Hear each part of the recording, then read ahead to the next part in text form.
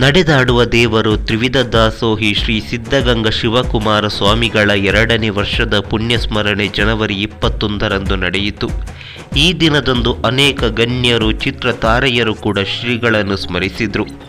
ಹಾಗೆ challenging star Darshan ಕೂಡ ತಮ್ಮ ಸಾಮಾಜಿಕ ಜಾಲತಾಣಗಳಲ್ಲಿ ಶ್ರೀಗಳನ್ನು ಸ್ಮರಿಸಿದ್ದಾರೆ. ಹಾಗಾದರೆ ದರ್ಶನ್ ಏನಂದ್ರು? ಉತ್ತರ ಮುಂದಿದೆ ನೋಡಿ.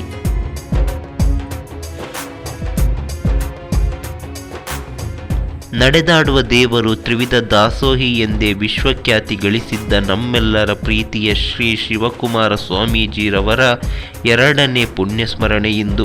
ಅವರ ಸಾಮಾಜಿಕ ಕಳಕಳಿಯ ಕಾರ್ಯಗಳು ಎಷ್ಟೋ ಜನರಿಗೆ ಸ್ಫೂರ್ತಿಯಾಗಿದೆ. ಲಕ್ಷಾಂತರ ಮಕ್ಕಳಿಗೆ ದಾರಿದೀಪ ಆಗಿದ್ದರು. ಅವರ ಕೆಲಸದಿಂದ ಸದಾ ಜೀವಂತ.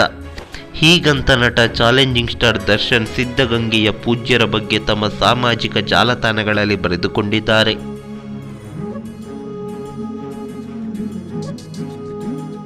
ಇನ್ನು ನವಗ್ರಹ ಚಿತ್ರೀಕರಣದ ಸಂದರ್ಭದಲ್ಲಿ ಮೊದಲ ಬಾರಿಗೆ ಸಿದ್ಧಗಂಗಾ ಮಠಕ್ಕೆ ಭೇಟಿ ನೀಡಿದ ದರ್ಶನ್ ಶ್ರೀಗಳ ಆಶೀರ್ವಾದವನ್ನು ಪಡೆದಿದ್ರು.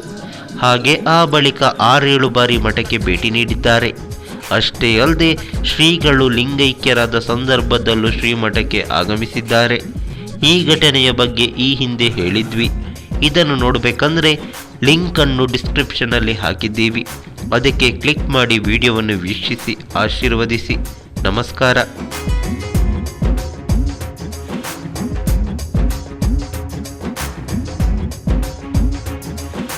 ಈ ಮಾಹಿತಿ ನಿಮಗೆ ಇಷ್ಟವಾಗಿದ್ರೆ ಲೈಕ್ ಮಾಡಿ, ಶೇರ್ ಮಾಡಿ, ಹಾಗೆ ನಿಮ್ಮ ಅನಿಸಿಕೆ ಅಭಿಪ್ರಾಯಗಳನ್ನು ಕಾಮೆಂಟ್ ಬಾಕ್ಸ್ನಲ್ಲಿ ಬರೆಯಿರಿ.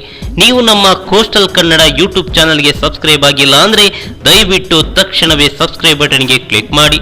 ಹಾಗೆ ನಮ್ಮ ಪ್ರತಿ ಅಪ್ಡೇಟ್ಸ್ಗಳನ್ನು ಶೀಘ್ರದಲ್ಲೇ ತಿಳಿಯಲು ಪಕ್ಕದಲ್ಲಿರೋ ಬೆಲ್ ಐಕಾನ್ಗೆ ಕ್ಲಿಕ್ ಮಾಡಿ. ಹಾಗೆ ನಮ್ಮ ಹೆಚ್ಚಿನ ಅಪ್ಡೇಟ್ಸ್ಗಳಿಗಾಗಿ ಕೋಸ್ಟಲ್ ನೆಟ್ವರ್ಕ್ ಫೇಸ್ಬುಕ್ ಪೇಜ್ಗೆ ವಿಸಿಟ್ ಮಾಡಿ. ಧನ್ಯವಾದಗಳು.